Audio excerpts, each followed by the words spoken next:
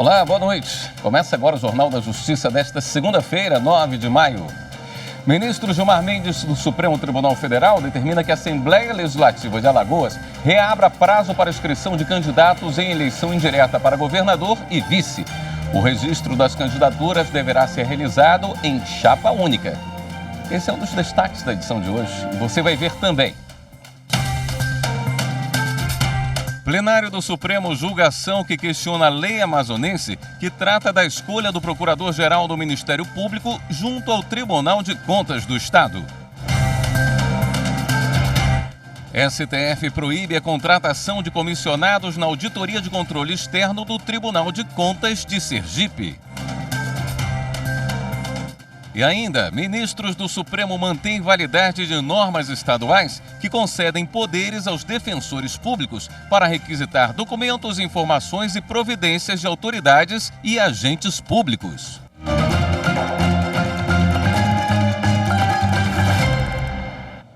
O ministro Gilmar Mendes, do Supremo Tribunal Federal, determinou a reabertura do prazo de inscrição de candidatos para eleição direta para os cargos de governador e vice de Alagoas, com o registro de chapas únicas. O pleito, inicialmente marcado para o último dia 2 de maio, foi suspenso por determinação do presidente da Corte, ministro Luiz Fux, até que Gilmar Mendes, relator da ação que questiona o edital com a convocação de eleições indiretas, se manifestasse. Em decisão liminar, o ministro Gilmar Mendes determinou a imediata reabertura de prazo para os candidatos se inscreverem nas eleições e pediu a inclusão do referendo na medida liminar na pauta do plenário virtual para o julgamento colegiado. O cargo de governador ficou vago com a desincompatibilização de Renan Filho para concorrer ao Senado nas próximas eleições. E o de vice-governador foi aberto com a saída de Luciano Barbosa para disputar as eleições municipais de 2020. Em sessão no plenário virtual, os ministros do STF julgam a ação que questiona a lei do Estado do Amazonas, que trata da escolha do Procurador-Geral do Ministério Público junto ao Tribunal de Contas Estadual. A ação foi ajuizada pela Associação Nacional do Ministério Público de Contas, questionando um artigo da Lei Orgânica do Tribunal de Contas do Estado do Amazonas, que regula a escolha do Procurador-Geral do Ministério Público junto ao Tribunal de Contas Estadual. A entidade alega que o dispositivo questionado suprimiu todo o sistema eleitoral pré-existente, permitindo que tal escolha ocorra sem a formação de uma lista tríplice entre os membros da carreira. Para a associação, a mudança na norma viola o princípio da simetria. Assim, a associação defende que ao Ministério Público de Contas do Estado do Amazonas sejam aplicadas as mesmas regras relativas aos Ministérios Públicos estaduais, inclusive para a escolha do Procurador-Geral junto ao Tribunal de Contas. O caso, então, foi levado para julgamento em sessão no plenário virtual. A relatora do processo é a ministra Rosa Weber, que votou pela improcedência do pedido. A ministra destacou que a norma ora questionada, ao contrário do sustentado pela autora, ao deixar de estabelecer procedimento de lista tríplice para nomeação do Procurador-Geral do Ministério Público junto ao Tribunal de Contas, não colide com a Constituição Federal, pois traduz opção política do legislador adotado em conformidade com a margem de discricionariedade que lhe foi atribuída pelo próprio texto constitucional. Diante disso, Rosa Weber entende que não é obrigatória a elaboração de lista tríplice para o cargo em questão. O prazo para encerrar o julgamento é dia 13 de maio. E o plenário do STF manteve a validade de normas de Minas Gerais, Bahia, Alagoas e Santa Catarina que concedem aos defensores públicos o poder de requisitar de autoridades e de agentes públicos certidões, documentos, informações e providências necessárias à sua atuação institucional.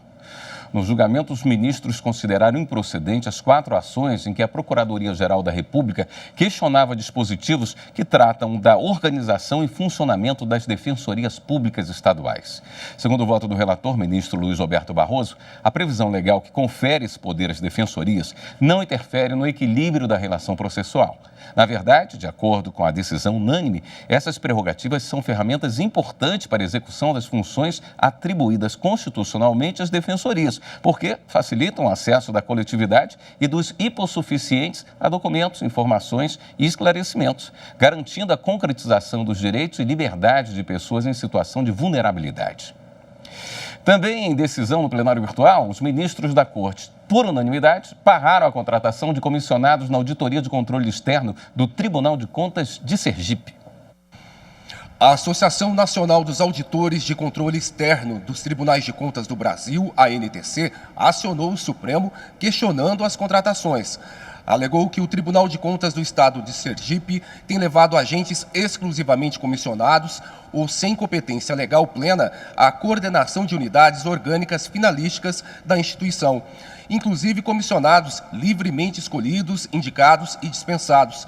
O relator do caso, o ministro Edson Fachin, afirmou que a Constituição prevê a existência de quadro próprio de pessoal junto ao Tribunal de Contas da União, aplicando-se no termos da Constituição aos tribunais de contas estaduais, pelo princípio da simetria. Lembrou que as leis de regência do Tribunal de Contas da União determinam que a coordenação das atividades finalísticas de controle externo são funções de confiança, o que pressupõe o provimento efetivo, não podendo a administração pública valer-se de cargos em comissão. Todos os ministros seguiram o voto do relator. O ministro Ricardo Lewandowski, do STF, negou o seguimento ao habeas corpus em favor de uma professora e sócia de escola infantil na zona leste de São Paulo. Ela foi presa preventivamente em meio a investigações sobre maus tratos e outros crimes contra crianças. Na decisão, o ministro Lewandowski afirma que o habeas corpus foi impetrado no Supremo sem que tenha sido esgotada a jurisdição do Superior Tribunal de Justiça. Por isso, sua análise configuraria supressão de instância. Além disso, o relator não verificou anormalidade, flagrante ilegalidade ou abuso de poder que possam afastar a impossibilidade processual de analisar o que foi trazido no habeas corpus. A seguir, STJ decide que revista pessoal baseada em atitude suspeita é ilegal. A gente volta já já. Parabéns pelos 20 anos de trabalho estratégico da TV Justiça. Ela é um canal fundamental para alinhamento entre todos os 200 milhões de cidadãos brasileiros, que todos têm necessidade de ter informações sobre as leis, sobre as estratégias de trabalho do judiciário, sobre os desafios para serem enfrentados coletivamente. E é somente a partir desse alinhamento que a gente vai poder cumprir a responsabilidade compartilhada, especialmente para a garantia prioritária dos direitos dos cidadãos mais jovens, que são as crianças e adolescentes.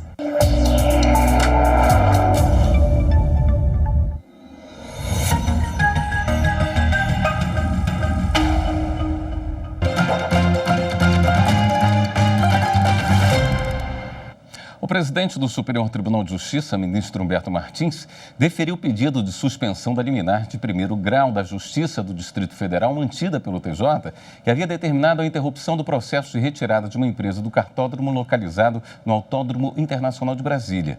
O governo do DF e a Terracap alegaram grave lesão à economia e à ordem pública em razão da impossibilidade de regularização urbanística do local, uma vez que a reforma tem um custo previsto de mais de 70 milhões de reais. Para o ministro, a liminar impedia a ação do DF na preservação do interesse público relativo ao ordenamento do território e do meio ambiente urbano. Humberto Martins lembrou que a ocupação irregular do cartódromo pelas empresas operantes do espaço foi reconhecida pelo Tribunal de Contas do DF. O ministro ainda destacou que, segundo a jurisprudência do STJ, a lesão à ordem pública está configurada quando uma decisão judicial interfere no critério de conveniência e oportunidade do ato administrativo. O Superior Tribunal de Justiça decidiu que revista pessoal baseada em atitude suspeita é ilegal. O colegiado considerou ilegal a busca pessoal ou veicular sem mandado judicial, motivada apenas pela impressão subjetiva da polícia sobre a aparência ou atitude suspeita do indivíduo. No julgamento, o colegiado concedeu habeas corpus para trancar a ação penal contra um réu acusado de tráfico de drogas. Segundo os autos, os policiais que abordaram o homem disseram ter encontrado drogas na revista pessoal e afirmaram que ele estava em atitude suspeita, sem apresentar nenhuma outra justificativa para o procedimento. De acordo com o ministro Rogério Schietti Cruz, relator do caso, a suspeita assim justificada deve se relacionar necessariamente à probabilidade de posse de objetos ilícitos, pois a busca pessoal tem uma finalidade legal de produção de provas. E neste caso, diante da total ausência de descrição sobre o que teria motivado a suspeita no momento da abordagem, o ministro afirmou que não é possível acolher a justificativa para a conduta policial. Para ele, o fato de terem sido encontradas drogas durante a revista não convalida a ilegalidade prévia. Desta forma, por unanimidade, os ministros da sexta turma consideraram que, para a realização de busca pessoal, conhecida popularmente como baculejo, enquadro ou geral, é necessário que a fundada suspeita a que se refere o Código de Processo Penal seja descrita de modo objetivo e justificada por indícios de que o indivíduo esteja na posse de drogas, armas ou outros objetos ilícitos, evidenciando-se a urgência para a diligência. E o STJ decidiu que o limite para habilitação de crédito trabalhista engloba o valor pago antes da decretação da falência. Samanta Peçanha. De acordo com o processo, a credora pleiteou a habilitação de crédito consubstanciado em sentença da Justiça do Trabalho na ação de falência da sociedade. Previamente a tal requerimento, houve a satisfação de parte do crédito, enquanto estava em curso a liquidação extrajudicial da devedora.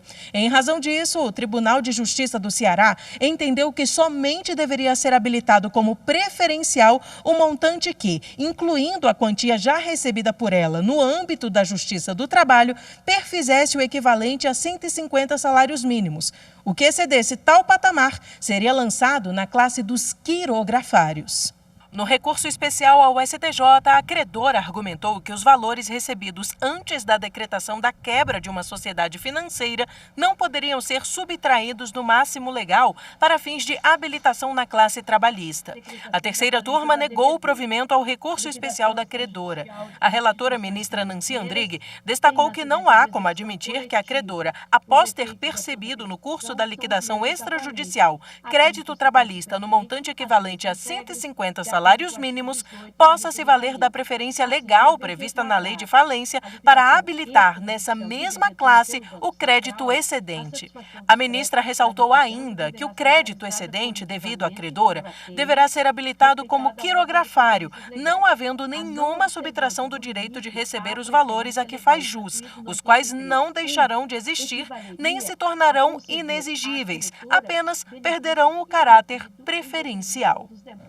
Em outra decisão, o Superior Tribunal de Justiça entendeu que a presunção de dependência econômica garante indenização à família de vítima de acidente causado por omissão do Estado. O entendimento do colegiado foi de que, quando reconhecida a responsabilidade estatal por acidente com morte em rodovia, é devida a indenização por danos materiais ao cônjuge e aos filhos menores da vítima, porque a dependência econômica é presumida, dispensando a demonstração por qualquer outro meio de prova. A decisão teve origem em uma ação de indenização por danos morais e materiais, ajuizada por uma viúva e o filho menor contra o Departamento Estadual de Infraestrutura Rodoviária de Sergipe, depois que o caminhão dirigido pela vítima caiu em uma cratera de 15 metros de profundidade cheia de água e não sinalizada em uma rodovia estadual. Em primeira instância, a ação foi julgada improcedente, com o fundamento de que o acidente teria decorrido das chuvas, caracterizando o caso fortuito ou força maior. Porém, o Tribunal de Justiça de Sergipe reconheceu a omissão do DR do Estado quanto à sinalização da via pública e fixou indenização por danos morais de R$20 mil para ambos os autores da ação. Já os danos materiais foram negados, porque o tribunal considerou que eles não foram provados. No STJ, o relator do recurso especial dos autores, ministro Benedito Gonçalves, destacou que as conclusões do Tribunal Estadual são suficientes para comprovar a existência dos requisitos necessários para a responsabilização do Estado pelo evento morte. Assim, a primeira turma deu parcial provimento ao recurso especial e determinou o pagamento de pensão no valor de 2/3 do salário mínimo, tendo em vista a falta de parâmetro para a definição dos ganhos da vítima, e a indenização a título de danos morais teve o valor aumentado de R$20 para R$100 mil em favor da viúva e do filho. O Tribunal Superior do Trabalho isentou uma empresa de Porto Alegre do pagamento de 13º e férias a um funcionário demitido por justa causa. O porteiro foi dispensado após 3 anos na empresa em decorrência de faltas, atrasos e abandono do posto de trabalho.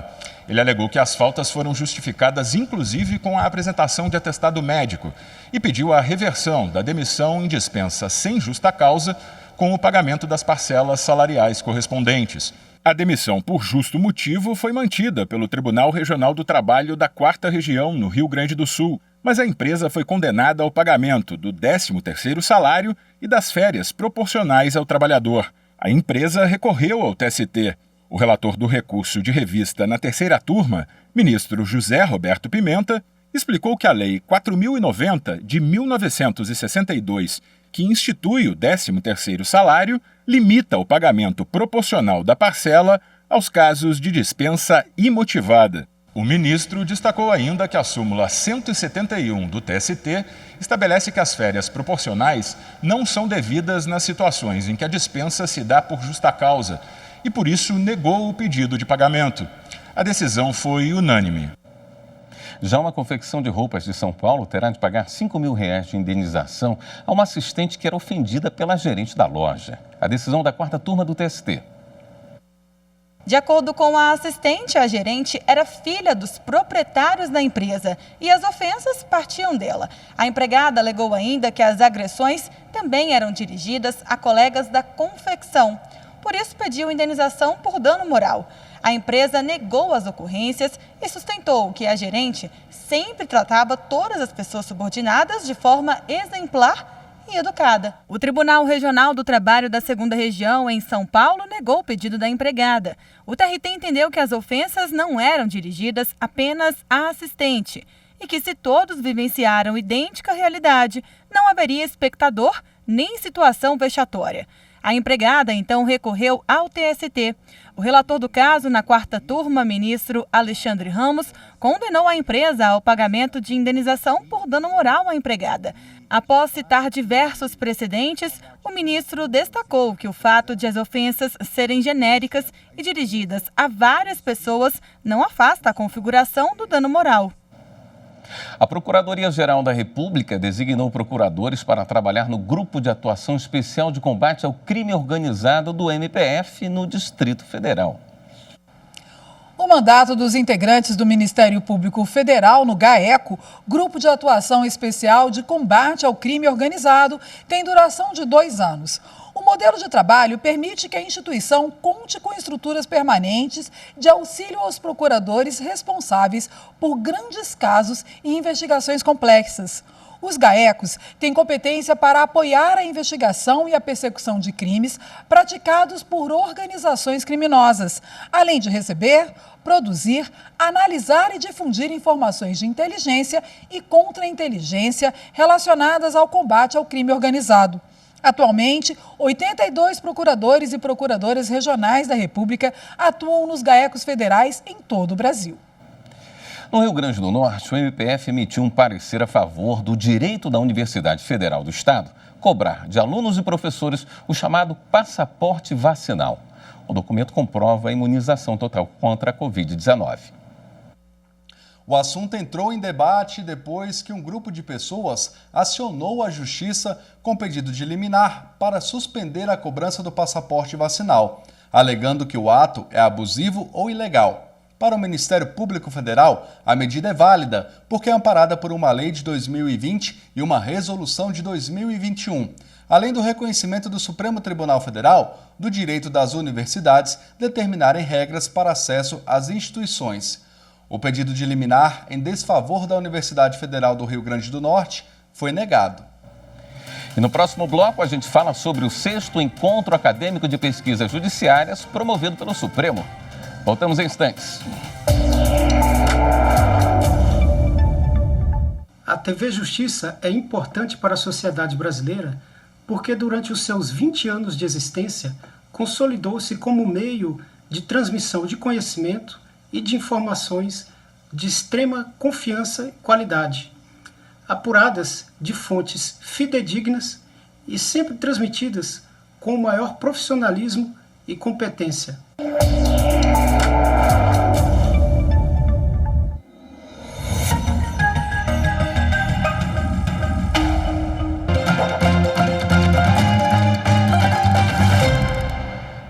segunda-feira, o Supremo Tribunal Federal realizou o 6º encontro acadêmico de pesquisas judiciárias e o assunto foi o plenário virtual da Corte.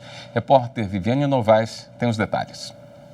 O encontro reuniu aqui no STF magistrados e servidores de tribunais superiores, além de representantes de associações como a de juízes federais do Brasil. Também participaram os ministros Gilmar Mendes, do Supremo, e Humberto Martins, presidente do Superior Tribunal de Justiça. O desempenho do plenário virtual foi o assunto do encontro. O uso dessa forma de julgamento pelos ministros do STF aumentou 21,5% nos 9 primeiros meses da pandemia de coronavírus em relação ao mesmo período antes da pandemia. No plenário virtual, cada ministro vota a seu tempo dentro de determinado prazo. Os votos são colocados no sistema eletrônico do Supremo. O plenário virtual começou a funcionar em 2007 para o julgamento de casos de repercussão geral. Em 2020, passou a julgar todos os processos da Corte. Recuperandos de Pontes e Lacerda, no interior do Mato Grosso, participam de círculos de paz realizados pelo Núcleo de Justiça Restaurativa do Poder Judiciário. Uma iniciativa que tem mudado a rotina no Centro de Detenção Provisória. Bruno, de 29 anos, é recuperando e conta que não sabia dialogar e acabou cometendo crime que o privou da liberdade por muitos anos. Depois de um tempo silencioso e com baixa estima, ele renovou as esperanças e saiu da rotina nas rodas de conversas dos círculos de paz. Eu já dei meu nome para poder participar. Já. Quanto estiver, eu quero participar. Mesmo depois também que eu estiver solto, cumprido minha pena e eu tiver a oportunidade de participar também e falar de mim para outras pessoas que estão presas, você está entendendo? Dá a mesma esperança que eu tenho, que eu plantei dentro de mim para outras pessoas que estiverem presas, eu também quero fazer isso para poder participar. Para Adriano, que nunca havia participado de uma roda de conversa assim, o Círculo de Paz foi um aprendizado. Tem muitas pessoas como eu, né, que precisam de uma oportunidade como essa, de estar podendo sair, de repente, assim, um pouco do foco dessa atmosfera pesada e podendo expressar e falar um pouco sobre o seu sentimento, né, sobre os seus sonhos. Os bons comentários, depoimentos daqueles que vivenciaram as sessões dos Círculos de Paz despertaram o interesse de outros recuperandos. A gente vê mais uma melhoria entre eles mesmos dentro da cela, né? Então a convivência entre eles, né, deu uma melhorada, eles se conversam mais, tem mais interação. É isso que deu para perceber depois do círculo. Nós tivemos pessoas que, inclusive, têm interesse em continuar, que relatam que os ajudou muito, pessoalmente mesmo, subjetivamente, né? Então, assim, eles relatam de forma bastante positiva e a gente tem essa expectativa aí de que é algo para somar aí com o trabalho que a gente já vem fazendo aqui. E já começaram mais rodas de conversas no CDP. Nessa temporada, os números subiram de 52 recuperandos participantes para 127, quase 50% deles. Essa responsabilidade que a gente abraça hoje com o Centro de Detenção Provisória de Pontes e Lacerda é para humanizar, né, buscar essa nova lente, trazer essa nova luz, né, que está dentro de alguém que cometeu um dano à sociedade. Porque essas pessoas certamente, mais cedo do que muitos pensam e desejam, elas retornarão ao convívio social. Então eu espero que essas pessoas retornem melhores, retornem enxergando no outro um irmão, uma continuidade de si mesmo. A partir do momento que eles começam a enxergar no próprio companheiro de cela uma outra vida, uma outra família, consequências dos seus atos, eu creio que quando estiverem aqui fora eles terão um comportamento diferenciado. Esta edição do Jornal da Justiça fica por aqui. Um bom começo de semana para você. Até amanhã.